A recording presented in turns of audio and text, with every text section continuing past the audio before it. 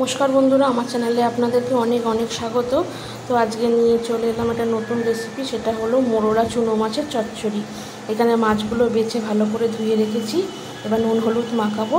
আর এখানে সব সবজি কেটে নিয়েছি, আলু, বেগুন, কাঁচা লঙ্কা চিড়ে নিয়েছি, কয়েক কোয়া রসুন আর পেঁয়াজ কুচিয়ে নিয়েছি। আলুগুলো দেখুন বন্ধুরা, আলু ভাজার মতো করে কেটেছি। এই দিয়ে করব চুনো মাছের চচ্চড়ি। তো বন্ধুরা, মাছগুলোতে নুন হলুদ মাখিয়ে নিয়েছি, এখানে তেল গরম করতে দিয়ে দিয়েছি, তেল গরমও হয়ে গেছে। এবারে একে একে মাছগুলো সব ভেজে নেব।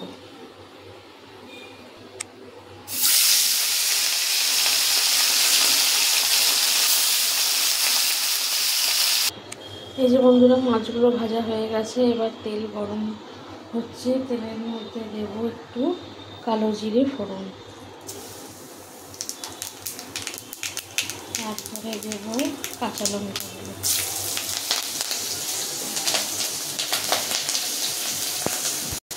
তারপরে দেব রসুন,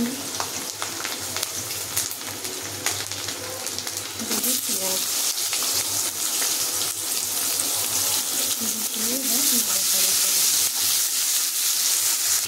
পেঁয়াজটা একটু মজে মজে গেছে। এবার দিয়ে দেবো সবজিগুলো, আলু আর বেগুন।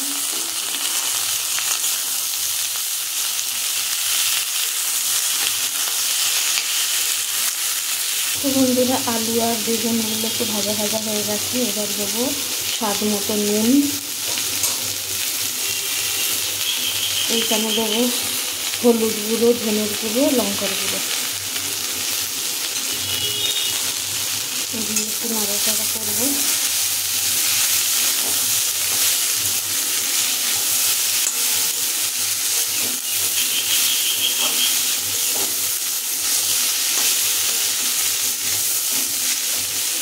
তো বন্ধুরা, মশলা দিয়ে নাড়াচাড়া করেছি, দিয়ে এবার এটা স্টিমটাকে আস্তে করে দিয়ে ঢাকা দিয়ে দিলাম।